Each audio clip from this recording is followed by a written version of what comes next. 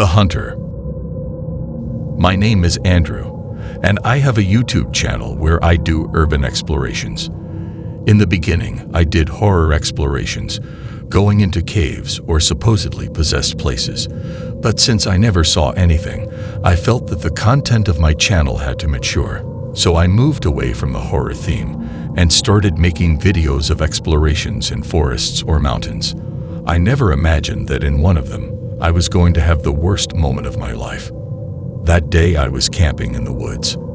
I had set up my tent and had prepared myself for a few days. I knew that in the area there were no dangerous animals or anything like that, so I could leave the tent free while I explored. I walked around the woods for the first few laps. It was pretty normal, nothing in it called my attention, until I saw something that immediately caught my interest. I approached a leafless tree and found a piece of paper stuck on it. That paper was a poster of a missing teenager. I stared at it in surprise, not understanding how it had gotten there. When I raised my head, I opened my eyes wide, impressed by what I was seeing. This part of the woods was full of posters of missing persons stuck in the trees. To make it worse, all the posters were different. At that moment, I realized something terrifying. What if these are not simply missing person posters, but they are a trophy for whoever made them disappear? I didn't know what was going on, but there was one thing for sure. I didn't have to be there. As I was turning to leave, I saw a camp in the distance, and from it, a tall man was waving at me from a distance. I ran back to my tent and gathered all my things to leave. I came out from inside the tent to get the last things out, but when I did, all the stuff fell out of my hand. In front of me, on a small log I had placed to sit on, there was a poster of a missing teenager. I gathered all my stuff from the floor and put it in my backpack. I grabbed my scout knife and crouched against the tent, looking for the person I knew was stalking me. All the leaves in the woods were moving, and I heard many noises behind them. Someone was moving. Someone was running back and forth. I was at a complete disadvantage, exposed out in the open while a psychopath surrounded me, ready to attack me at any moment. I closed the tent so no one could hide behind it and began to consider my chances. I had to get to my car, which was on the side of the road, but it was quite far away. How would I get there? I heard noises behind me and took advantage of the situation. I had to run ahead, in the direction of my car, when whatever was behind me came out of its hiding place. It was a deer. I took a deep breath as I watched the noble creature come out of the plants, but all of a second later, a person jumped out from behind it and knocked it to the ground. The deer tried to run away, but it was too late. That person was biting its neck. I froze, watching the man devouring the poor animal alive, who was screaming in pain and confusion. He suddenly stopped attacking the deer and his eyes met mine again. The psycho just looked at me, and as before, waved. Then he bit the dead animal's neck again. I tried to slowly walk away. I didn't know what this man was capable of, but I knew I was in danger. He knew I was there. He knew I was trying to escape. My goal was not to keep him from discovering me leaving. I just wanted to keep him from getting upset enough that he would leave his food and come attacking me. Every step I took, I felt that I was a little closer to my freedom. Maybe I really did have some luck, even if it didn't seem like it. I was beginning to feel relieved until something quick and painful interrupted my thoughts. Out of nowhere, I felt an impact that threw me to the ground, and when I saw what it was, I gave a high-pitched scream that no one would hear. Above me lay the corpse of the animal that had just been killed by this psychopath. When I looked up to see my attacker, he was no longer in the same position where he was eating the poor animal. He was almost in front of me, running in a terrifying direction on all fours. In an act of pure desperation, I ran as fast as I could, but I was very nervous and my movements were clumsy and uncalculated, so the obvious happened. After a few meters into the woods, I fell. The fall wasn't painful, but it couldn't have come at a worse time, as the psycho was right behind me. I turned around looking to make eye contact with my attacker, but instead, I found nothing. Had he not followed me? I wondered. No, he couldn't have. Until a few seconds ago, I had heard his footsteps behind me. I didn't think my fall had scared him either, since I hadn't heard him leave either. At that moment, I had many theories of what could have happened, but a new sound interrupted them all. Something was moving in the woods. It was a sound very similar to the one I heard while I was camping. This was not a deer or any harmless animal. At that moment, I realized what was going on, and I have to admit that my blood ran cold with fear. This strange man who behaved like an animal, was not scared. He could have killed me long before, even before I met the deer, but he did not. This creepy, scary man was hunting me. He was not interested in having me dead, but in the process of killing me, and hunting for sport was part of it. Desperate, I grabbed for whatever I could use to defend myself, but the only thing I could grab was a rock. I crouched against a tree while I waited for the psycho to attack me. The movements were getting closer and closer, but I still couldn't see the man's silhouette. The first seconds of waiting turned into minutes. Minutes in which I could only hear the psychopath running from one side to the other. You have no idea how horrible this was. I spent every second concentrating, knowing that if I let my guard down for even 1 second, I would be dead. My blood was freezing, my body numb, and my eyes watering. I reached a point where I just wanted to get it over with. Let the man attack me at once and let it be what it had to be. The tension and nerves that this anticipation was generating were eating me up inside. I felt like I was going to go crazy. Suddenly, footsteps began to be heard farther and farther away until silence reigned in the woods. Was he safe? Had he gotten bored and left? I was tempted to run away. I even knew where the road was. I only had to run a few more meters, but I didn't. Something was wrong. I had a very strange feeling. I felt that if I kept going, something bad would happen to me. I felt I was going to die. Suddenly, I saw a dark silhouette emerge from the direction I was going to escape. It was the psychopath, and he was laughing in a restrained, but at the same time inhuman way. The man walked in my direction in a frontal manner. No more hiding, no more stalking me, no more games. Now he wanted to kill me. I thought about hitting him with the stone, but something was happening. My body wasn't moving. The psychopath had not injected me with any paralytic or any animal or poisonous insect that had stung me. I could not move from fear. The man noticed this and watched as my pants peed. His posture became a little more relaxed, but with a look more evil than ever. He leaned closer to my ear and said, "This was fun. Come back anytime." After a few seconds, I turned around and he was gone.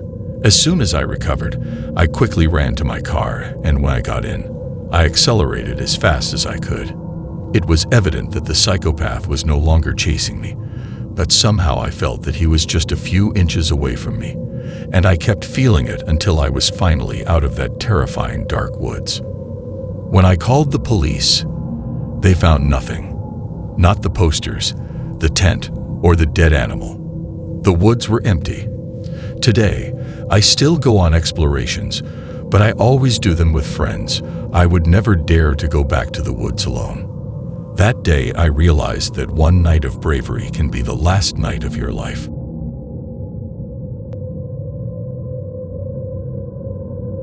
The car. Have you ever heard the saying, "Curiosity killed the cat"? I must admit to you that that saying is a great truth, but not entirely correct. You see, there was a time when I was the cat, but luckily, I barely survived to tell the tale. It all started one day when I was camping with my friends.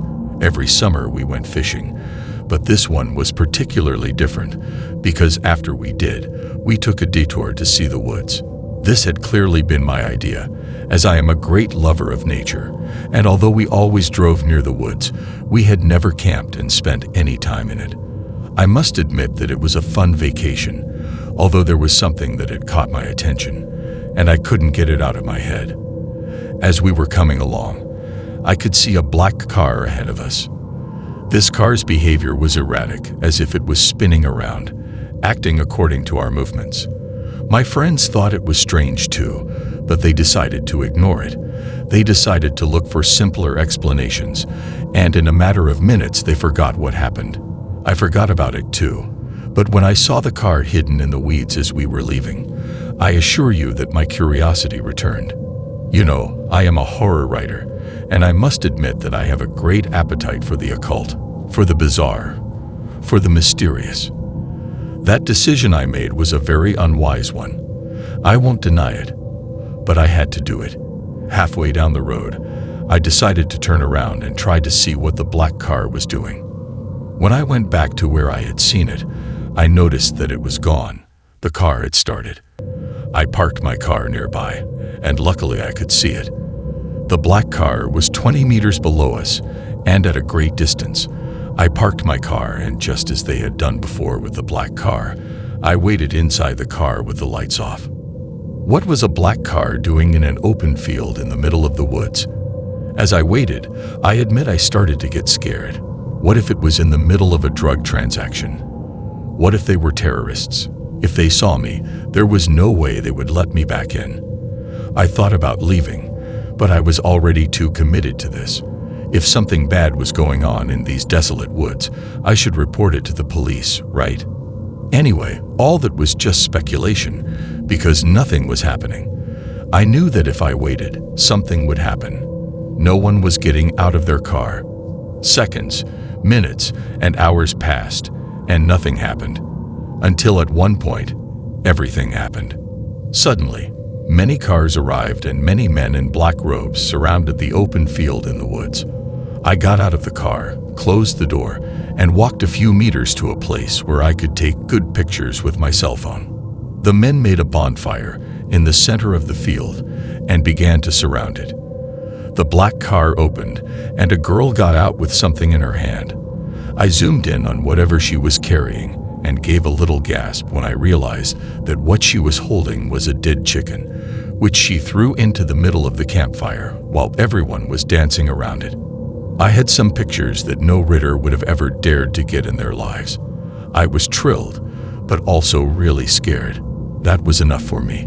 I went back to the car to leave the place as soon as possible, but as I was about to get in, something caught my attention. The car door wasn't fully closed, it was just propped up. That was impossible. I am a very methodical man. I always make sure to close the door when I get out of the car. I even remember closing it when I got out. How could it be open? Suddenly, I had a very bad feeling, and I walked away from the car slowly, walking backward. At that moment, I realized what was happening. A face. A terrifying pale face was staring at me from inside my own car. What was worse, I could see more shadows inside. There were several people hiding. How did you get into my car? Without me noticing. Were they watching me from before, looking for the opportunity to get in? What would they do to me if I got in? While I was doing this internal monologue, frozen with fear to run or ask them who they were, something else happened in the car. The door slowly opened, and a skinny, white-faced bald man got out and stood, looking me straight in the eye. This man was really scary. When I say he was white, I mean he was literally white. This person had the color of a corpse that was already going into decomposition. Although he was quite skinny, his stature was imposing, and worst of all were his eyes. This man had a look that was as dark as it was determined. He had that kind of look that made you feel the weight of his authority. The look of a victimizer, of someone who you knew was going to do something terrible to you, and that you could do nothing to avoid it. When the man started to walk towards me, my energy returned to my body, and I started to run. I ran down the road, away from the circus they had set up, but also away from my car. How far was the nearest town? 20 kilometers, 30 kilometers. It didn't matter. I had to get away as soon as possible. Suddenly, some lights came on behind me, and a car was coming at high speed down the road. It was my car. I jumped out of the way into the middle of the road, dodging my own car, which had tried to run me over. Far from being satisfied with the attempted homicide, the car turned around and tried to run me over again at full speed. This time I didn't manage to dodge it in time, and it hit my leg. From the impact, I fell off the side of the road downhill into the woods. I tried to walk towards town, but in pain, I started to hear footsteps near me. I hid behind a tree and prayed that no one would find me. I didn't even dare to see whose footsteps they were.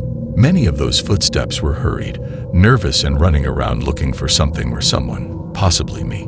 But one of those footsteps were the ones that terrified me the most.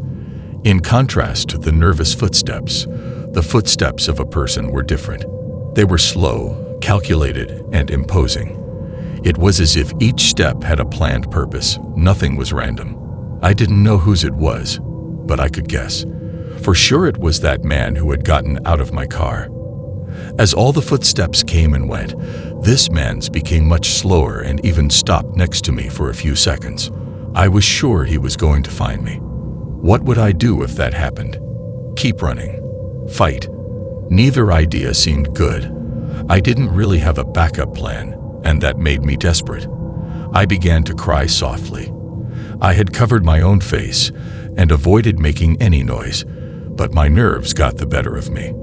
And just as those footsteps near me started, they also stopped. As I came out of my hiding place, I couldn't help but think that maybe the footsteps didn't belong to these men. Maybe they were good people, maybe they were civilians, or maybe they were the ones who tried to kill me. I didn't want to find out. I took a deep breath and finished coming out of hiding, allowing myself to cry a little harder. I had made my decision. I was going to run as fast as I could out of the woods. I closed my eyes and prayed that nothing would happen to me. This was my only chance to escape, and I had to take it. I ran desperately and clumsily through the undergrowth. I heard noises everywhere, but I didn't rationalize it enough to know if they were from people. I just ran and ran, until luckily, I made it to the end of the road safely. Once I arrived in a local village, I knew the nightmare was over. After reporting this to the police, they did not discover anything about this cult, as they had cleaned up all evidence that could indicate that anything happened that day. What was found was my car, which was found in flames a few miles from where it happened. After that, I never went back to that place. I didn't tell my friends either. They didn't need to know anything like that. I just looked for a better place and convinced them to go. I know for sure this will not be the last time these dangerous people will find some unsuspecting people camping, but those people will not be me or my friends.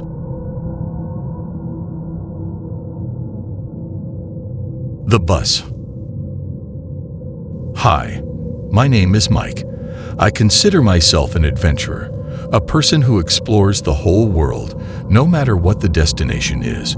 Although I must tell you the truth, I'm not your typical explorer. I have some money that I earned from an inheritance, and I worked hard to increase it. Today, now established, I just want to fulfill my dream of exploring mountains. But as I know I'm not ready for that, I decided to start with woods or more accessible places. I like to go to the woods during the day, because at night, they could become too scary and dangerous. I never thought that during the worst night of my life, those dark woods would be my salvation. That night I was much younger. I had finished exploring the woods, and nothing in it had caught my attention. I was ready for my next destination, but to leave, I was going to need a ride. I was hitchhiking on the outskirts of the town near the woods, and to my surprise, it wasn't a car that opened the door for me. It was a bus. A bus in the middle of nowhere. It seemed a bit suspicious to me, and even more so when they let me pass for free. But when I saw that the bus was crowded, I was no longer afraid. If there is something that characterizes small towns, is the kindness of their people. Being someone from the city, maybe I wasn't used to someone doing something selfless for someone else. Relaxed, I went to a shared seat in the middle of the bus. Next to me, I met a girl who kindly left me on the window side. I told her there was no need, but she insisted, and to tell the truth, I wanted to see a bit more of the woods, and since this girl lived here, I was sure she was used to it. I'm not going to lie, the woods looked pretty dangerous. It was as if this little road where this bus was passing through was surrounded by darkness and trees. You couldn't see anything inside them, as the trees covered everything inside. Anyway, it had its little charm. I must admit that those woods aroused my curiosity. Suddenly, I started to feel something strange. The girl next to me was staring at me.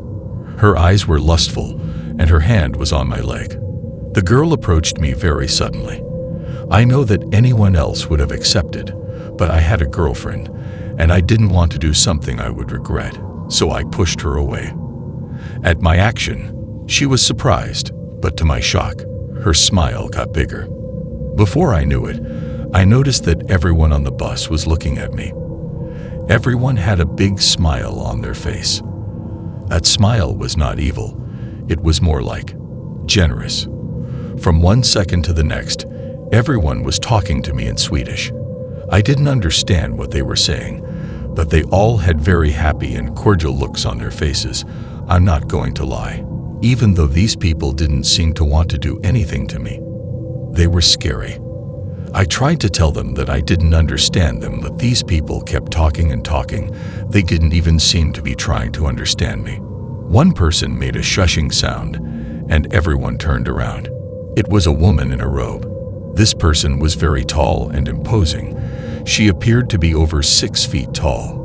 Her gaze was as generous and calm as the rest of the people, but unlike them, she seemed to speak to me with more conviction, and in English. She told me her name was Dahlia, and that she could tell I wasn't from here. She told me that by the look on my face, I was not one of them, and apologized on behalf of the driver, who must have been confused when he picked me up. With a little more confidence, I asked her if they belonged to a cult or something similar, to which she laughed and said no. They called themselves the Church of the Woods. The girl told me that they owed everything to Mother Earth, and the spirits of the woods guided them. They had no physical location, and to be honest, they functioned as a cult, although they didn't seem to want to recognize it. Calmer, and now understanding their strange behavior, I asked the lady if she could let me off, telling her that I would continue on foot. I admit that when I said that, I looked at the dark forest and swallowed saliva, but it was definitely better than this. With a smile, she told me I was not allowed to leave, since the atonement began.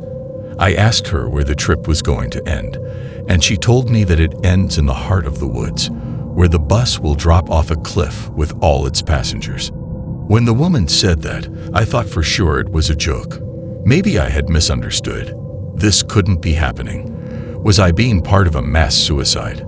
I was desperate to get off. If the door was locked, I would go out the window. As soon as I tried to escape, the girl gave some instructions in Swedish, and before I knew it, about 10 people were grabbing me. The people threw me to the floor, and while some were holding my hands and feet, others were caressing me. They didn't do it violently or sarcastically. They just stroked my head like a mother would do to a child to calm him down. I screamed as loud as I could, but no one heard my cries. I was trapped on this bus with these people who were prepared to take their own lives and drag me down with them. In an act of desperation, I pretended to calm down, and when the people were no longer holding me so tightly, I grabbed one of the girls and put the scouting knife I was carrying to her neck.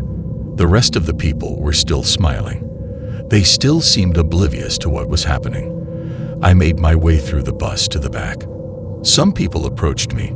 Others just looked at me from their seats, smiling. Before I knew it, one of the people sitting on the bus jumped on top of me while another held the knife. The girl I was holding hostage bit my arm, and as I screamed in pain, I could only see the tall girl laughing at me as if knowing that what I was doing was useless. In a last act of rebellion, I shook myself with all my strength and rammed everyone I could on my way to my window, which was the only one left open. Watching my movements, some passengers tried to close it, but it was stuck.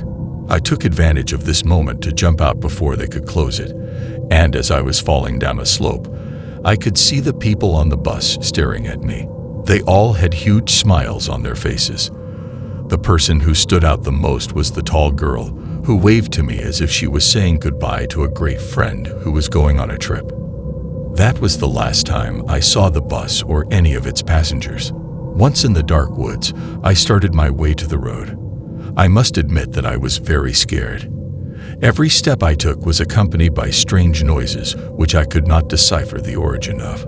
I could see absolutely nothing, and I could only be guided by the direction of the moon, although I could not always see it, because in great part of my path it was covered by the enormous trees. Spend hours walking. I had to change my path several times, and I must admit that I thought I was lost and was going to be trapped until I starved to death. Maybe I was lost, and I had a stroke of luck. But be that as it may, I had found the road, and soon after, a couple who were willing to take me to the city in their car. When I returned to the city and reported everything to the police, a search was made for the bus. Initially, it was not found, but after a few days of searching, they found the bus and the passengers. All were dead after having fallen from a cliff into the heart of the woods. Because of the distance the bus was from the fall, the police noticed that this was not an accident. Many of the passengers were smiling, but others died with a look of panic on their faces. In their last moments of life, it seems that they regretted it. For my part, I realized that walking in the woods wasn't so bad. From that day on, I started exploring more often. The woods may be dark and have their own dangers, but nothing is more dangerous than humans.